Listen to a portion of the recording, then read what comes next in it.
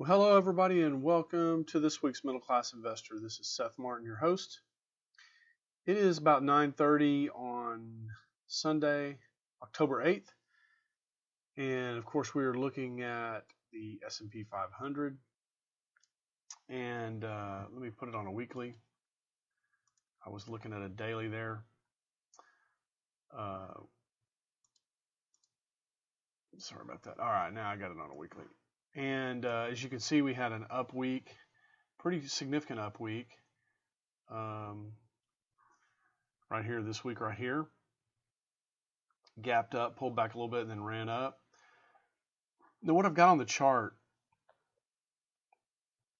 is a couple of different channels. I've got this bigger channel that goes all the way back to 2009, which crosses this line right here. And then I've got this smaller channel that marks this intermediate move, this intermediate degree wave move right through here, and you can see the lows. I don't know if these channels are perfect or not. They're not exactly perfect, but basically what I'm seeing is that somewhere between here and here is likely the last move in the market. Now I know that's pretty bold. I know predicting the market is difficult, but there's a lot of research behind this. There's a lot of, not necessarily my research. I'm basically looking at other people's research and reputation and stuff like that. Predominantly the LA Wave people. And to me, it's a question of risk reward. If you look at how much more upside is there, let's just take the best case scenario. Let me back out. I got it zoomed in. Let's just take the best case scenario and go from here to, let's say, there. That is about 4.5%. So because the degree of trend is so large, a move back to that blue box that was way down here could be very swift and very just very fast. Okay, what I mean by swift is I mean fast. Now it's possible. Sorry, I keep zooming in and out. It's possible that there's a down, maybe into this area around the channel, midpoint of the channel, and then back up. Actually, right to this part of the channel and then back up, which could take it a little higher. In other words, there could be another down up sequence that could take it a little higher.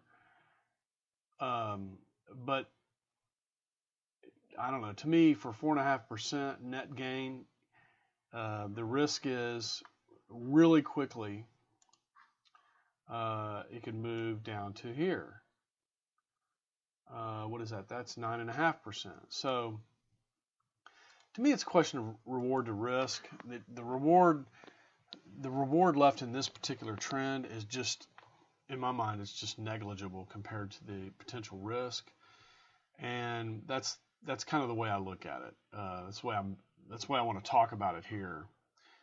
I don't really want to talk in absolutes, like where is the market going absolutely, but what I want to say is the risk of going here is pretty great, and the risk of coming in here is well, let's just say it's 50-50. 50% probability of going down here and 50% probability of going down here or going up here.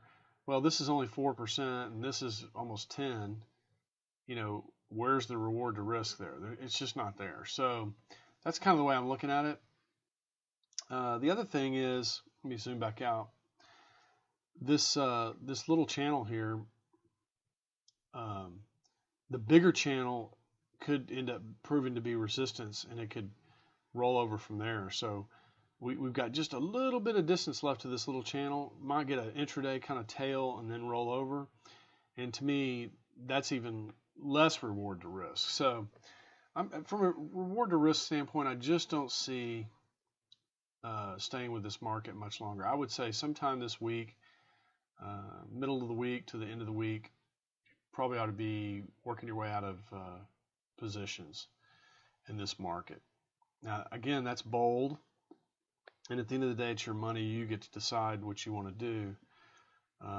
But we've got, let me pull up a 10-year chart. We've got an identifiable 5 waves up to this area, and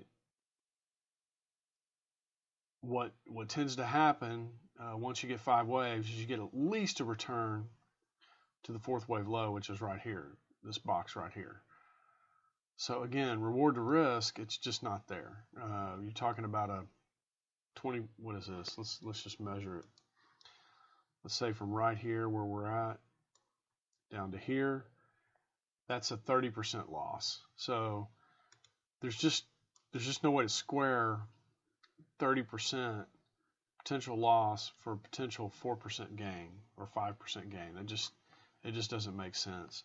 Long term, that's not a winning strategy. All right. So that's kind of the way I want to approach it here. Again, I know it's bold. It's kind of calling a top, but I'm not calling a top. There's a probability that this is not the top, but it's less than 50%. It's maybe 25% that this isn't the top. So, and we can always get back in. That's the other side of the coin. All right, let's look at volatility. Volatility continues to be very, very low. Another thing that's happening is you can see we're getting into this. Now this triangle is just arbitrary, right? You can kind of see the lows here, and you can see we're getting into this apex area. And I just don't think it's likely that we're going to travel through this apex area and continue to make bars. I think what's going to happen is we're going to bust out of it, maybe pull back and bust out of it again. So I don't know that I would run the risk of saying that this low volatility is going to continue. All right, bond market. I think the bond market is probably the catalyst, the potential catalyst for all this movement that I'm talking about. Let's get back on a weekly chart. You can see here we pulled back for several weeks, kind of bounced, came back to a higher low, rallied again, came back to a higher low. So we're making higher lows here and higher highs, albeit subtle. If I put it on a daily, let's put it on a 2-year daily, you can see it better here. This low is lower than this low, which is lower than this low, which is lower than this low. So we're making albeit gently, that is a positive uptrend. This high is lower than this high, which is lower than this high. So look for maybe short-term yields to pull back, but then rally up maybe this week. All right, let's go back to a 5-year chart weekly, and let's look at the 10-year Treasury. The 10-year Treasury appears to be breaking out. Again, we talked about the probability. This is the thing about the market. There is no way to know, okay, in the sense that you and I normally talk about knowing. There's only probabilities. There's a probability that it pulls back to here, and if it does, maybe it finds support and then bounces, or there's a probability that it'll bust out of this downtrend and start taking off from here. That's why I was talking to you all along in here about getting out of your bond positions, your bond funds, okay, your bond mutual funds inside your 401k, inside your IRA. This is very, very serious. I mean, we might get a pullback this week, maybe another touch to this line, but you're not going to get too many more chances, and this thing's really going to take out of the gate. So I'm flashing signals at you as loudly as I can without being, I don't know, what's the word? I don't want to be too overconfident, because there is probability that this could be wrong, but it's looking less and less likely at this point. So I think we're at a critical juncture in the market, and let's look at the 30-year Treasury. 30-year Treasury looks like it's lifting out as well. So you can see the downtrend here, and it's lifted out above that downtrend. And the difference between this market and the 10-year market is we made a new low here in 2016. If you go back to the 10-year market, oh, I'm sorry, we made one in 2016 as well in the 10-year market. So first move up, first pullback after the first move. So we're looking at a wave 3 potentially. Let me take this off since it looks like the pullback's over, and I'm going to put on. One of the things you can do is you can go to the first move up, which is right here, and pull back to the start of the sequence, the start of the waves. And I can't get it on the screen here, but you can see that. Let's put it on 10-year and see if we can. Yeah, you can see here that the 200% area is right in line with this resistance box that we have. So the wave 3 could take us up into this area, just below 4%, and that is going to crush, and I do mean crush, the stock market. Okay, and then we could get a pullback, maybe back into this 3.1 area, and then a rally up, probably up to this 2.618 area. But once this starts moving out, you're going to start hearing a lot about why is the Fed continuing to end its, it has to unwind its QE program, okay, which means it's going to be a seller, not a buyer anymore, not a buyer of bonds, but a seller of bonds and mortgage-backed securities. Well, the problem is when you're selling $150 billion a month in mortgage-backed securities and bonds and there's no buyers, these interest rates are going to go up, and they're going to continue to go up until buyers step in. So right down here, there's no buyers, though, and therein lies the problem. So we'll see how it unfolds. It ain't going to be pretty. You just need to be off the market railroad tracks when that big bear comes barreling down the track. That's the best place to be. All right, let's look at the other countries. Look at Germany. Germany pulled out above this pivot, is in resistance. None of these have really changed dramatically from the last time we looked at them. Same thing with Japan, pulled above this pivot and is in resistance. Could be the fifth wave move kind of a deal. The United Kingdom, it looks a little different. The high was back here. We had this pivot down. We could get another move lower, maybe down into this area here, and then a rally up. In other words, this could be the first wave up in the United Kingdom. Although it's not likely. I mean, if you have a kind of a global bond crunch, it's hard to believe the United Kingdom, given they have a lot of the same problems the U.S. has, so it's hard to believe that they're going to outperform everybody else. But I mean, it just at this point, it looks corrective. It looks like an ABC, kind of X, and then a C, in which case this is probably the first move down, the first rally back up. So could be looking at a wave 3 down here. Let's switch over to TOS charts and let's look at, sorry about this, I'm not on a weekly. I want to go to a 20-year weekly. Let's look at the,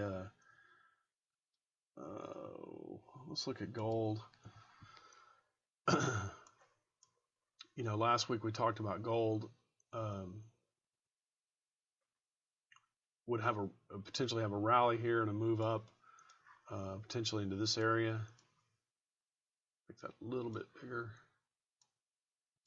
So, in other words, gold had a rally, we had a pullback, and the pullback may not be over, maybe more like that, something like that, and then back up. But I would look for gold to probably stop somewhere in this area before finally rolling over and making probably some sort of 2-year run or more, 3-year run to a lower low down here. And we've talked about, a run into this area here around 675. just below this pivot back here. So, you know, if gold tends to run up a little higher into this area, and it could end in a triangle, right? It could run up into this area, trade sideways, make one little gasp higher, and then start selling off. So triangle is a high probability at this point, mainly because this still doesn't look like this has been long enough. So when you look at this move, let's just measure it real quick. Let's see. We want a line, so that way I can measure from here to there is roughly, that was 1,600 days. So from, it's hard to see the low here, but from here, so we want a time frame about half as many days. So right about in there, so right about April of next year, this move back up to this high could be over right in here around April Fools. How about that? And then maybe another 1,600 days or so. Let's see, 1,600 days would be September of 2022. So we're talking about a very long, drawn out kind of process. Now there's going to be times to go long and short all along the way in there, but we just want to keep in mind the big picture, because that'll tell us kind of where we need to be. You know, you can get kind of chopped up in these moves, but if you can kind of keep a big picture outlook, you can kind of learn to when to be in and when to be off the track, so to speak. So silver, you know, silver and gold look slightly different, but you could be seeing, you know, a run up into silver that could first go to here, maybe pull back a little bit, and then ultimately get all the way up here into this $22, $23 area. So the interesting thing is right now you've got the dollar, and the dollar and gold aren't always inversely related. There's some you know, there's some interplay there. So, you know, to that end, maybe we go up a little bit, pull back just to a slightly lower low, and then start the wave B up. So it's just, right now we're right in the middle of all this. So we either need to wait for another low down below here to go long, or we need to see if this is going to, you know, spend a few weeks moving out in this direction. And I would say if it does, then we're likely to maybe pause here, pull back a little bit, but then ultimately make our way up here to this 22, 23 area. All right, let's look at oil. Oil, you know, oil's just doing a lot of chop right now, but it almost looks like it's trying to kind of roll. You can kind of see kind of a rolling top here. Expected it to move down sooner than it has, but we could be in a situation now where oil might come down lower. It's still unclear whether oil, it's likely going to be some sort of triangle, some sort of sideways consolidation. But right now it still looks just really messy. I mean, you got this range that's from about 54 down to about 42, and it doesn't seem to want to go higher out of the range or lower out of the range. So probably wouldn't be doing anything in oil until it got until it showed that its willingness to get down here below 40. So I hope that helps. The British pound, you know, this is the one where it looks like it's going to, you know, make this huge ABC. And currently it is pulling back. Do I not have the whole? Let me see if I've got the. I guess that is 20 years.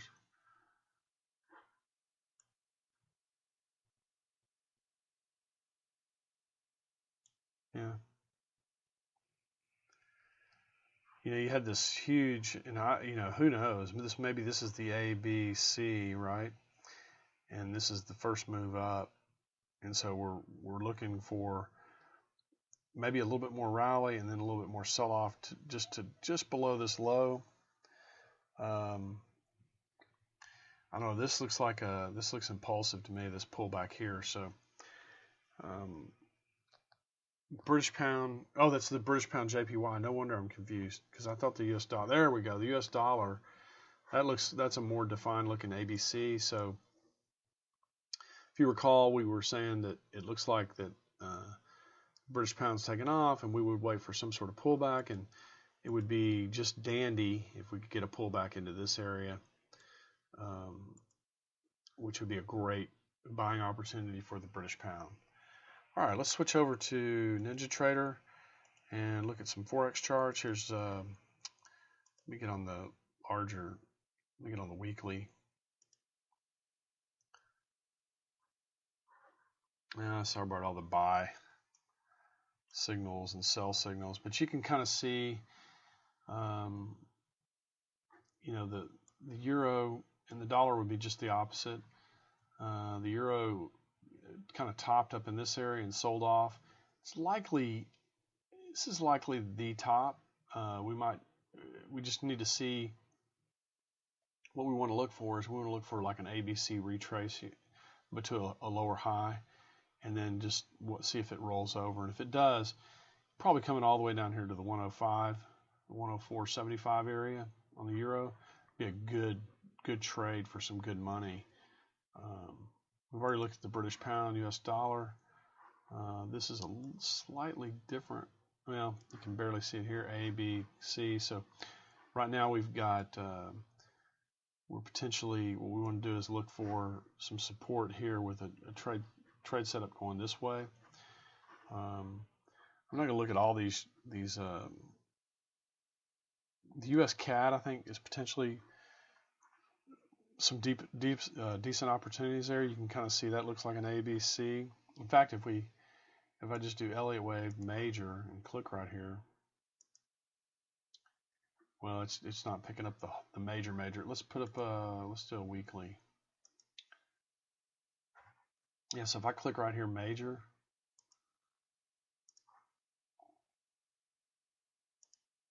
see it's picking this whole thing up as an ABC, and we're in the minimum wave C,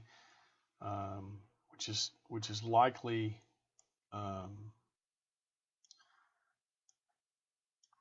it's likely over with.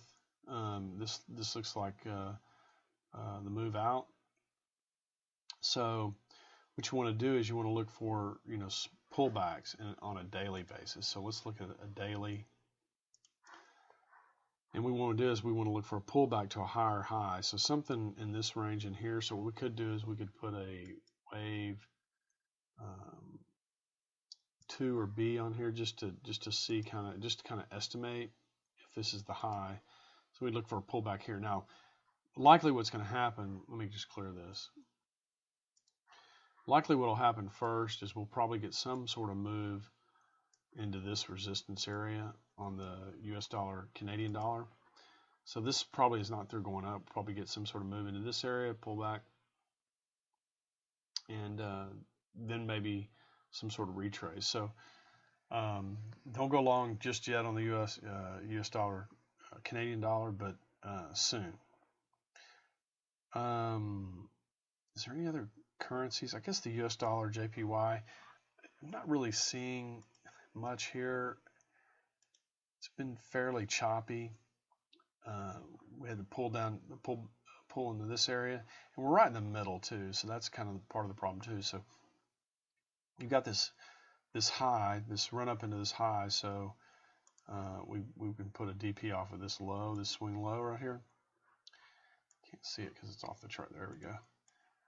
So this is likely support, and then as far as resistance, I mean that could be the larger term resistance could be off this, but what we want to do is look at this swing low and this previous high just to get the shorter term resistance, and that's what we're looking at there. So when you go down to a daily, now what we're doing is we're looking for trade setups, and of course we had one here in the DP, which is probably over. Let's just look. Trade setup. Yeah, see, it's over. It only took it to there. These trade setups are pretty conservative, so you're not always going to get a trade to the larger degree decision point. You could stay in here. I mean, you could say I'm going to stay in here until I get to this, but that doesn't mean it won't go down here and then rally. So you just have to be careful. All right, there's a couple things I want to do before I leave you today, and that is show you a couple of Elliott wave charts that I think are very, very important. So first I'm going to show you the near-term situation. So this is the 5 waves since 1970 or since 1982. It says right here. So we've had 1, 2, 3, 4, and then 5. So when this is done, and I stress when because we don't know, but what Prechter is showing here is that you've got 5 waves, 5 years in wave 1, and then 13 in wave 3, and then 8 already in wave 5. So 8 is a long time, but it's also a Fibonacci number. So the Fibonacci sequence goes 1, 1, 2, 3, 5, 8, and then 5 and 8 is 13. So there's some significance about these numbers, and that's why he's got them on here. You can see this is the 2000 high, this is the 2009 low. So once we've had 5 waves, we're going to come back to just below this pivot, which is the 2009 low. So, all this talk about this is a once in a lifetime event, we're never going to see it again, that's going to be proven wrong here pretty quick. So now that doesn't mean we'll go straight there. We'll probably stop here a little bit, rally, and then sell off. So, but it's going to go pretty fast, and you just want to be aware. Now, what I want to do is I want to show you a much larger term picture, because this isn't just 5 waves since 1982. We're ending 5 waves that goes all the way back. You can see here the 5 that's ending is the one in parentheses, the one right here that's in parentheses. So that wave 1 started way back here in 1784. So you can see here the 1, 2, and then 3 all the way up here, and then 1929 was 4, and then all this since 1929 has been 5.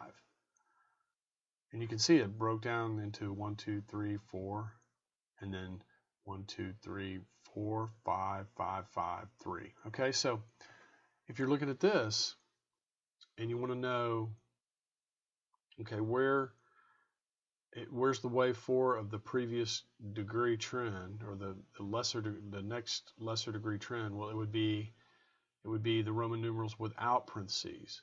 So where is that 4? Yeah, it's all the way back here at 1982. So the reason I'm bringing this up is because this really is something you'll never see again, probably in your lifetime. This type of move could wipe anybody and everybody who's listening, wipe you out. Whoever's listening to me right now, it doesn't matter what you're in. You can be in, well, you don't want to be in bonds, but it doesn't matter what financial instrument you're in. In this kind of a bear market, everything goes down. Everything goes down, but cash. Cash actually gets more valuable, but everything else gets less valuable. It's just going to be a general depression type situation. So be very, very careful. I know sometimes when you hear this kind of talk, you're thinking, oh, how can this be? Just if you have to, keep it to yourself because you feel embarrassed to talk about it with other people, but don't ignore, don't just stand still and get run over by this thing, okay? The inequality that exists between rich people and middle class people and poor people, all that's going to go away. This is going to erase all that. It's going to take it all away. And I don't know how long it'll take. I'm guessing it'll take, if you measure, if you measure from here to here, that's 8 years in that bull market. So it could be 4 years just to get. I mean, we could be into it for 4 years, but maybe longer. It could be longer if you get some sort of triangle or something in here that causes the whole move to take a lot longer. That's what happened here in 1968 to 74. You had this triangle, and this lasted for 16 years. I mean, this right in here is 16 years. So just be very, very careful. Be very, very cautious. The money you have, that you saved, it doesn't come easily.